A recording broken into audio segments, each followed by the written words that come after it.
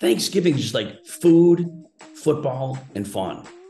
And that takes a lot of stress off of what can be very stressful holidays. Thanksgiving, that's my favorite tradition. It's the lowest stress of the big holidays for me.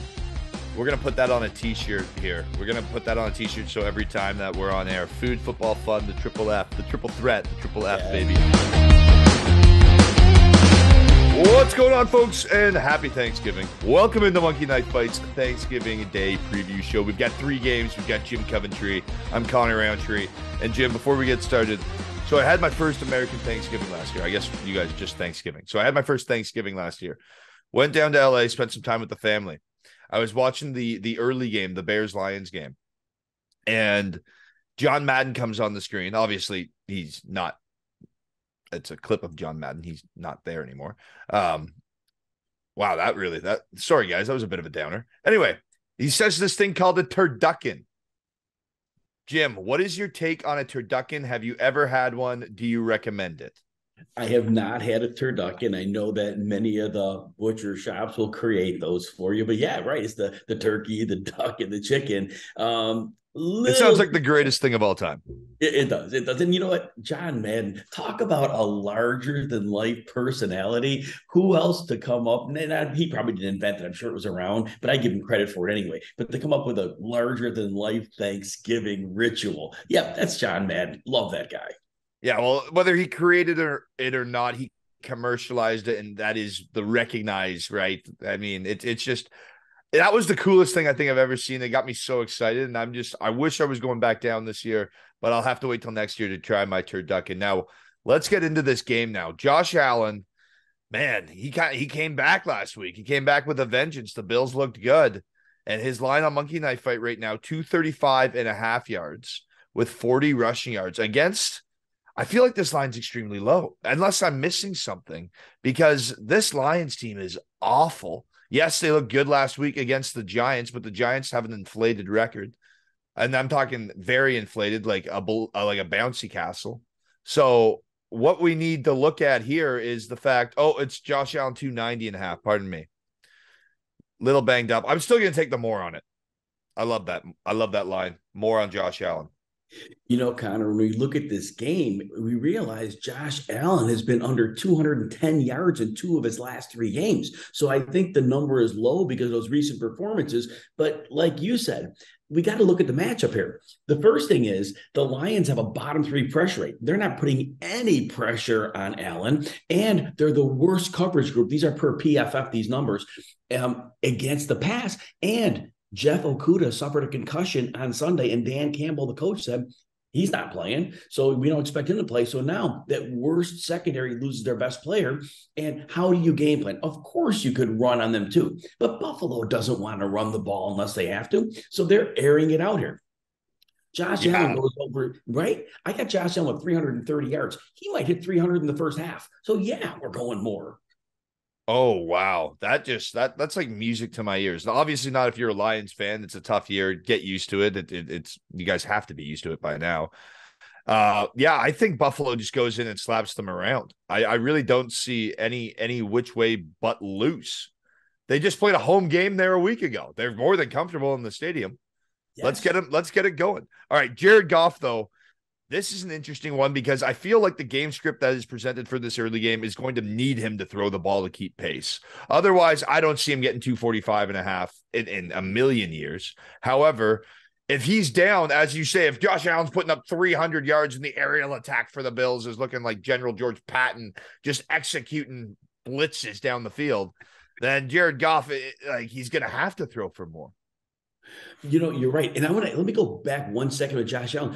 The Lions give up tons of rushing yardage to mobile quarterbacks. So you can find a number on Josh Allen, go more on that too. But back to your point about Jared Goff. So Buffalo, their defense, especially the pass defense, it is not as great as it had been. They've had significant injuries in the secondary this year. And listen to this. 4 of the last quarterbacks they faced have put up at least 324 yards. We're including Jacoby Brissett, Kenny Pickett, and Kirk Cousins in that trio. So they're putting a big yardage. Now, here's the difference, though. Jared Goff doesn't have high-level receivers. And you could say maybe Kenny Pickett doesn't either, but Jacoby Brissett at least had Amari Cooper. But nonetheless, Buffalo's been giving up a lot of garbage time yardage. Jared Goff, though, has been poor. 179 yards average over his last 3 games. But look, there's going to be garbage time. You pointed this out. And Amon-Ra St. Brown will be okay. I don't know that Josh Reynolds will be back. He's missed 3 games with a back injury. And I do worry the Lions' offensive line, we talk it up, but their pass protection is bottom 6. I still think there's enough garbage time. I projected Goff at 255 yards. And with the number being 245, that puts me slightly more. Yep. No, I completely agree with you. And I think you hit the nail on the head, right? It's going to be garbage time. It's going to be out of necessity, not so much credit to the Lions offense. It's just how it is. Moving into the skill positions now. Oh, man, I feel bad. Honestly, like I'm not trying to crap all over Lions fans. It's just it is what it is, homie. I can't change it. Just call it as I see it. All right, Stefon Diggs now, and the guy you just talked about, Amon-Ra St. Brown. So let's start with Diggs because he really is the playmaker, one of the premier receivers in the NFL. Now that Cooper Kupp is down, you could really make the argument for, if not the best, one of the best. Obviously, Devontae Adams just on Sunday, he's going to have something to say with that performance. However, focusing on this game, Stefon Diggs, he's the guy on that offense. He is Josh Allen's go-to guy, and he could get this in the first half off of 2 big plays. Absolutely, he can. And the one thing with Detroit, as bad as they've been, there was an anomaly game earlier in the year where Justin Jefferson did nothing against them. That was probably more the coaching staff in Minnesota. But every other alpha receiver they've faced has just gone completely off. And so, yes, as we said, if we're talking about Josh Allen throwing for 330 yards here, yeah, Diggs is getting at least 125 yards. He may have the more on his monkey knife fight number, again, by halftime. We've seen Josh Allen these crazy first half games, and this is one of those. So Diggs is going over this number without a problem. Yeah, nail on the head for a beat to death cliche. Amon-Ra St. Brown. I think the more is there in this matchup simply because of the garbage time, of the target share, and it's not a pretty more, but it's like 9 targets, 5 grabs, 4 grabs for 80 yards. That's what I'm feeling here. We are in lockstep on this. And my yardage projection is 87. I couldn't decide on 85 or 90, so we split the difference at 87. Since the injury early in the season, Amon-Ra St. Brown has been more of a 11 yards per reception guy. He hasn't been the big play machine. But as we've talked about, there is going to be garbage time. There are going to be pass attempts. And the Bills create pressure without blitzing. They bring it with 4. But where's the hot read going to be? It's going to be the middle of the field. That's where St. Brown is. He's going to get plenty of targets. He's not going to comfortably go more, but he will go more. What are your projections for the opening game on Thanksgiving? So look, I've already kind of outlined this. Unfortunately, Bills fans are going to have a little bit of a turkey tummy pain, but you know what? The Bills are going to put 34 points. The Lions get a little back in garbage time, 34-20. So this should be right around barely the over number. But yeah, there'll be enough scoring to be fun, but it's not going to be fun for the Lions fans. Yeah, I'm completely with you on that. The Lions, they know how to score points. They've proven that. They're just they are a very exciting team, and you can't take that away from them. It's a must-watch football every time the Lions are playing. And the Bills are just going to clap them around. I'm surprised that the spread is 7.5. When I saw that opening line, I was on that like white on rice. Like that was beautiful to see. And obviously you have Jim Coventry, one of the great minds around fantasy sports, saying that over is going to hit pretty clean with almost a 14-point victory, 34-20. So yes. Yeah. So maybe be cognizant of that as well, but definitely on monkey knife fight. Personally, I'm loving the Josh Allen more, and I'm loving the Stefon Diggs more. I think Buffalo's going to do a lot of damage come Thursday morning. Wow, that's fun to say. Come Thursday morning. It's like Thursday Night Football show, but times 3 with the Turducken.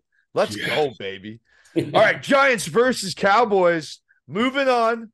Let's get into it. Dak Prescott. This game's going to be where I'm like, oh, okay, the first game, I'm so confident. This is a game where the Cowboys should take care of business, but the Giants are that pesky team where I feel they're going to lose to bad teams and somehow show up and shut up their division rivals on Thanksgiving. Maybe not shut up. The game's in Dallas. It'll be pretty loud, and I think the Cowboys will be able to get it done. But, however, Danny Jones at 200.5 yards, I feel like he's going for more on this because of the fact he's going to need to pass. I think the Cowboys are going to put up points. I think the Giants are going to have to lean on Saquon Barkley out of the backfield as a receiver. And in turn, Danny Jones is going to hit his more here. Jim, what do you think about that? He certainly could. Now, these teams met in week 3. Daniel Jones threw for 196 yards. He ran for 79, so he's very effective there. Dallas pretty much stifles opposing quarterbacks. Matthew Stafford had that quirky game when they had a couple deep passes to like nobodies, and he got 230 yards. But I mean, nobody else hit 230 yards other than Stafford, who went over that total. So Dallas doesn't give much up. And after making a mistake 2 weeks ago when Micah Parsons, for some reason, wasn't rushing the passer because he was covering for Anthony Barr, the other linebacker was out, they said last week, well, we fixed this. And we saw what he did to Minnesota. The corners are strong. The pass rush is devastating. And really the only receiver they have is Darius Slayton. They just lost Wan'Dale Robinson for the season to an ACL. My projection for Daniel Jones is 202 yards. Dallas will not stop rushing him. And that's going to be a problem. Those receivers, I don't see how any of them get an edge. Yeah, no, I mean, that is the most edged of a more I've ever heard. The line's essentially you need 201 to win, and our boys putting it at 202, making us all sweat a bit. Look, in a matchup where I expect the Cowboys to score, right? You have Tony Pollard firing on all cylinders, CeeDee Lamb getting back into the mix, and Dak Prescott looking like he's feeling healthy again. I feel like the Cowboys are going to put up points, and I think that puts the onus on Daniel Jones to throw the ball, and that's why I'm leaning towards the more. I do agree with you, though. I think he's going to get pasted in the backfield all day, and there is actually Monkey Knife Fight has a thing called the sack attack that you should definitely invest in for this game. Put Micah Parsons down, maybe put a couple of the old dogs on that Cowboys line down. Obviously, you have DeMarcus Lawrence, right? Yes. So this is a great look, and look, you can see you got 4 sacks, you can double your money. So not a bad look. Jim, who would your sack attack be? So, get Dorrance Armstrong in there too. He's been taking care of business as well, cleaning up, taking a lot of that. And of course, we're going to Marcus Lawrence and Micah Parsons. We got to pick 4 or just 3? We have to pick 3. So it's 3 guys combined for 4 sacks. But we have to include a giant. There's the one kicker. Oh man, I don't know who. Let's go Kayvon Thibodeau. Let's just say Kayvon Thibodeau gets 1. Yeah, that would be the way to go on that. Yeah, maybe Dexter Lawrence gets back there. That's possible as well, but Dallas should be able to handle him. It's going to be the unknown. They're going to plan for Dexter Lawrence. They're going to plan for him. And I think the Dallas offensive line, but Thibodeau has not been coming out hot. And I think that is what's going to help here because Dallas is not going to put a target on him. I think the target's going to be on, I think we're either way he's going to work here, but I'm going to go with Thibodeau because I think he's going to sneak one in. First ever sack attack on the Thursday night preview show with Jim Coventry, folks. Make sure you check that out. It's always a fun contest. And honestly, those contests are always live in games like last night when you have Joey Bosa pinning his ears back. So just if there's when there's games like this, just look for it. Honestly, that opening game, I know we're getting a little sidetracked here, but that opening game, look for Von Miller to go after Jared Goff. Just saying. Yes. Right, back to this. Let's talk about Dak Prescott, 255.5 yards. I think this is a great more spot just based off of the lack of cornerback presence for the New York Giants. Jim, what do you see from Dak come Thursday? This is a tricky one, Connor. We know how good Dak Prescott is. The Giants hold almost every quarterback they face to under 225 yards. Now, in the last couple of games, we had a little bit of slippage in that. Davis Mills had 319 in garbage time. Trevor Lawrence had a 310. They threw 1 touchdown between them. It was like garbage time things where they were catching up. The thing is, New York hasn't really faced an elite quarterback. So I don't think, like you're saying, you're intimating they're probably not a good pass defense. And you're probably right. Cooper Rush knocked him up for 215 yards in week 3. Now, I think Dallas is going to have so much success on the ground. I don't know how much they're going to have to pass here. And we've seen when they get the running game going, they limit Dak a bit. Now, the projection I put on Dak was 240 yards there. So that's where I have him at. Yep, we're taking the less then, and I completely agree with you, especially with the way Tony Pollard's kind of asserted himself as the number one back after that. Like, he's a bad man after last week, and we might as well bring up Tony Pollard right now. And perfect. 60.5 rushing yards, and man, if he's a half the man he was last week, he's hitting that more. He's breezing to that more. And he doesn't need a lot of carries to get there, Connor. You can get 11 carries and be in great shape. Now, New York, look, they are a bad run defense. If people look at the box scores, they're going to see, well, nobody's gone off against them. But 6 different running backs have between 82 and 119 yards. Now, this doesn't matter for here, but they gave up a lot of rushing touchdowns. 4 last week to the Lions, 8 on the year. In week 3, Tony Pollard hit them up on 13 carries for 105 yards, and Zeke Elliott got him 15 carries for 73. They both crushed on the ground. And like you said, Pollard is getting a bigger workload. Zeke Elliott had only 29% of the snaps last week. He did get 15 carries, but it's a short week. And if Zeke's not 100%, don't think they're going to come out and give Zeke 20 touches in a short week with not 100% health. Pollard's going to sail over this number. All right, now let me ask you a fun little question here, because we obviously have to talk about Saquon Barkley, one of the most dynamic running backs in the NFL, one of the most fun players to watch.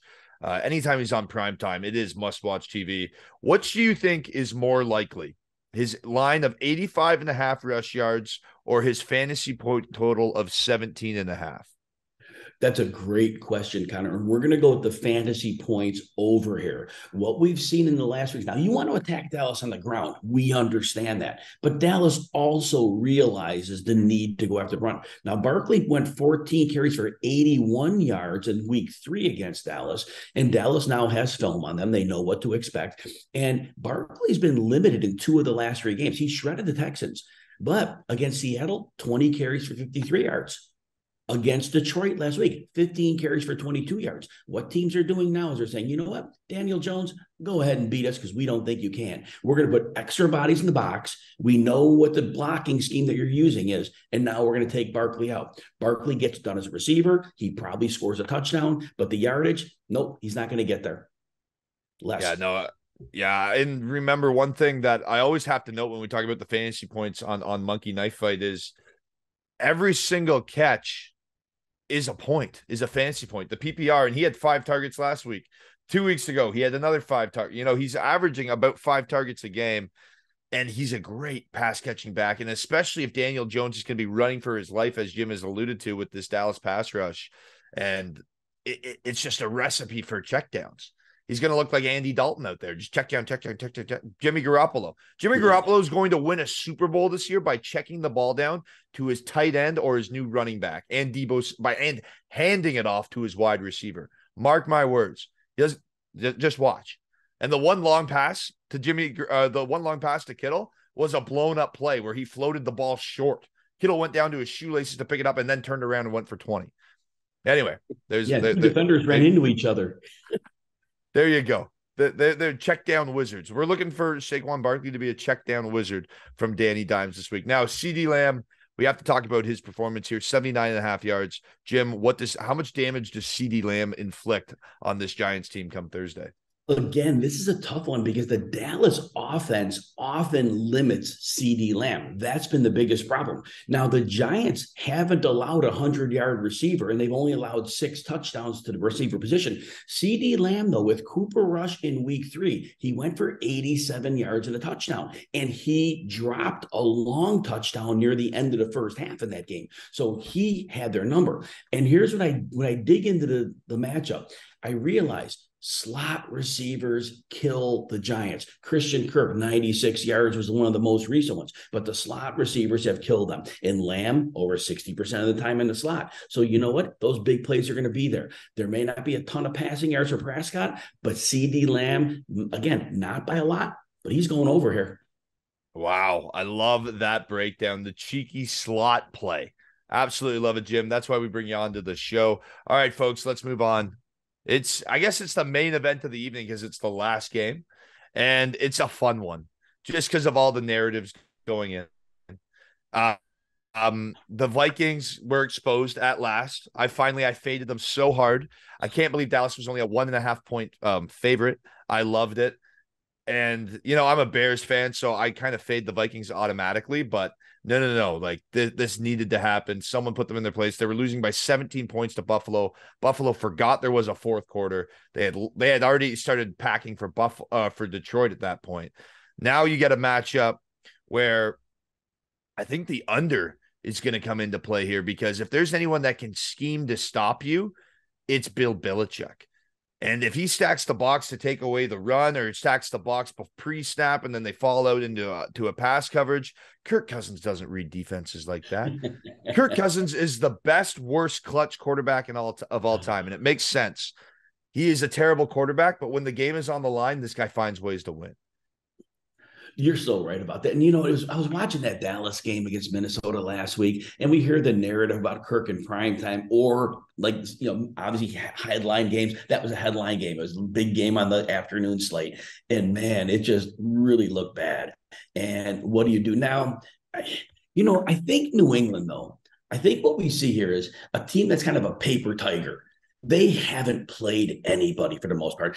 When they played Green Bay, they gave up their 24 points in regulation. And Green Bay hasn't been a great offense, but otherwise they've had a cake schedule. And so I think this is not a version of the Patriots defense that we normally see. And again, we worry about Cousins in primetime here, but I do think in this game, Justin Jefferson is not a guy that Bill Belichick can say, we're taking you out of the game. Jefferson can beat you in so many ways. We've seen players that are just so transcendent that Belichick can't stop them.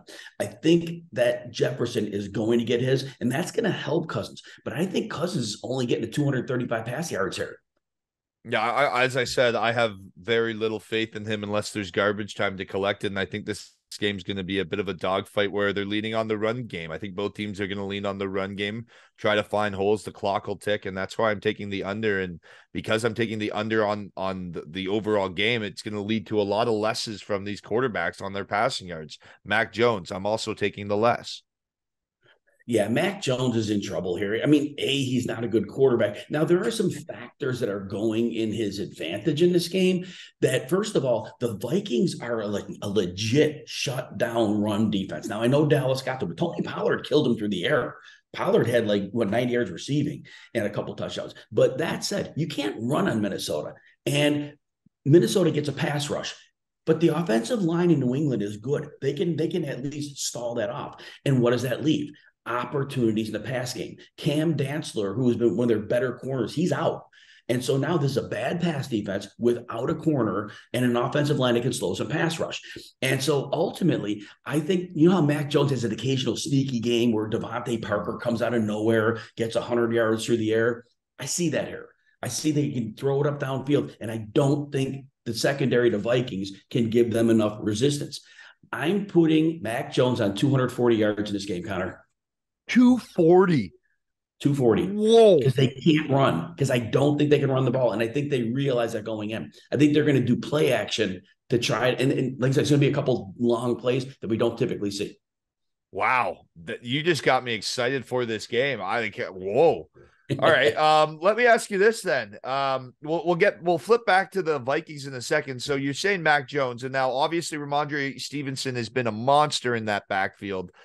You're not saying there's too many rush yards available, but 59.5 does seem somewhat attainable from a guy that is a red zone look. I know actually Damian Harris is more of their goal line back. However, does Stevenson garner these yards with first down rush attempts?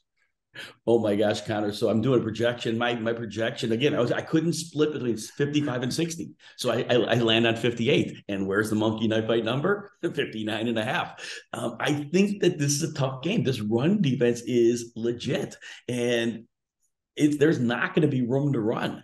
And with Harris in the mix, Stevenson loses a couple carries. Harris was only 8 carries last week, but he had 65 yards on those carries, whereas Ramondre was 15 for 26. Ramondre's been 6 to 9 targets a game. So I think it's starting to turn into a situation where he's going to be more of a passing down back. He's still going to get his carries, but it might only be 13 or 14. And against this defense, it's going to be really close. Like I said, I have it razor close. I'm going less, but I'm within 1.5 yards of the total on my projection. Yeah, no, I was more going less just because of the committee of running backs. And I saw that Harris got back into a hit Patered again last week. We saw how proficient of the touchdown score he was last season. And if he's fully healthy, well, he was their number one guy before going down, right? And it's was really Stevenson's phenomenal play that elevated them to that level when Harris had returned. However, I'm seeing similar trends to you that they're turning back to Harris in those crucial situations to convert those short yardage distance or to set the tone against a defense with a more smash mouth kind of play. So I'm taking the less just out of a committee backfield. And then obviously we have Justin Jefferson on the screen. 95.5 yards is a lot to ask of any receiver, but if anyone can do it, Justin Jefferson, right? You're right. And he's coming off of a 3 catch for 33-yard game. That helps. Because if he was coming off a big game, but you know that offensively, the game plan this week's going to be like, man, we just forgot about Justin Jefferson. Give him 5 targets.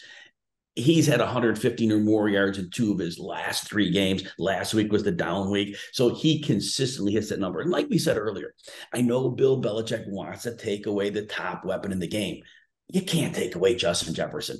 They just use him in such a diverse way. You can't just say we're doing this and he's done. He is not just a just this receiver. He could do everything. And so Justin Jefferson will be the focal point of the passing game. I don't think New England has players in the secondary that can deal with him. And I have met 110 yards for my projection, so we're going more. And the last game breaker that we really have to talk about is the chef himself, Dalvin Cook. He'll be cooking up the Turducken in the kitchen come Thursday. Now 79.5 yards. I feel out of almost necessity that he's going to have to get them more. Yeah, I like that, Connor. And now New England, again, we look at their numbers and we're like, oh man, this is a rough run defense. Hard to do that. Aaron Jones is the only running back that hit them up for over 62 yards all year. David Montgomery got a touchdown, but really they don't give up yardage. But then we look at the schedule. Again, ridiculously easy schedule of run opponents. This is a very overrated run defense against an offensive line that for the run, they are blocking at a top 3 level per Pro Football Focus. Now, Dalvin Cook, the rush attempts make us nervous. 17, 14, and 11 in his last 3. When he gets near that 11, it gets tough to hit 90 yards. Like against Dallas, it was 11 for like a 70 yards. But this should be closer to that 17 rush game. And I really don't think that New England has the ability to stop the big plays. He'll get 2 chunk runs, and I had him at 90 yards. So I have him going more. Yeah, and then because he's on the screen, we might as well mention him, Damian Harris, the guy that we were just talking about eating away at Stevenson's carries. What do you think that line is? Obviously, he had over 60 yards last week at 37.5. That's not a bad look. No, it totally is not a bad look. Now, remember, Minnesota is lights out against the run. I really think if New England game plans this one up wisely, they're going to use play action. They're going to throw a bit more. I don't know they're going to come in with a run-heavy approach. I also have a slight concern that Harris was coming off of an injury, and this is a short week. And if, again, with recovery, sometimes when you have it back, and he's been injured a lot in the last few years. So maybe as a player, you want to ease in on a short week. Like a couple of weeks ago, we did the Cordero Patterson game. He came back from an injury. He only got 5 carries. We talked about that. I think it's similar. I think Harris, only because of that and the rough defense, I don't think he gets more than 8 carries. Therefore, he doesn't go over. He's a less. All right. Well, final projection for the game itself, Jim. And then I realized I forgot to ask you your final projection for the Cowboys-Giants game. So let's stick with the Pats-Vikings, and then we'll wrap it up with Giants versus Cowboys. So Pats-Vikings, as I said, I'm very comfortable with this under. I think it's a nice spot. I believe the number is at 42, and I can't really believe that it's that high, but I like it. I'm with you on the under. I have it close on the under, and I really don't want to have confidence in Kirk Cousins here, but I think the Pats, like I said, are a paper tiger. I think that they've beaten some very limited teams. I think the Vikings win this 24-16, so I'm with you on the under. I think they cover the spread here, and I think the Pats, again, they have game plans, but I don't know that they have the horses to carry out what they have in the past. Giants versus Cowboys. Look, the Cowboys are amazing, and they're on a run right now. And they got the bad game against Green Bay. I was able to explain why that happened. There were some injuries they had on defense last week. Those injuries weren't there. They're healthy this week. The Giants are a limited team. The Cowboys are taking this one down 27-16. Yeah, I'm completely with you on that. I think the Cowboys roll, and I think they cover the spread as well. And then, yeah, that Pats Vikings game is going to be a little slap mouth football. All right, Jim, before we get out of here, what is your favorite Thanksgiving tradition? It's weird how we'll frame this, but the best tradition is the lack of holiday expectations. Thanksgiving's the best one. Other holidays have expectations around them. Thanksgiving is just like food, football, and fun. And that takes a lot of stress off of what can be very stressful holidays. Thanksgiving, that's my favorite tradition. It's the lowest stress of the big holidays for me. We're going to put that on a t-shirt here. We're going to put that on a t-shirt. So every time that we're on air, food, football, fun, the triple F, the triple threat, the triple F, baby.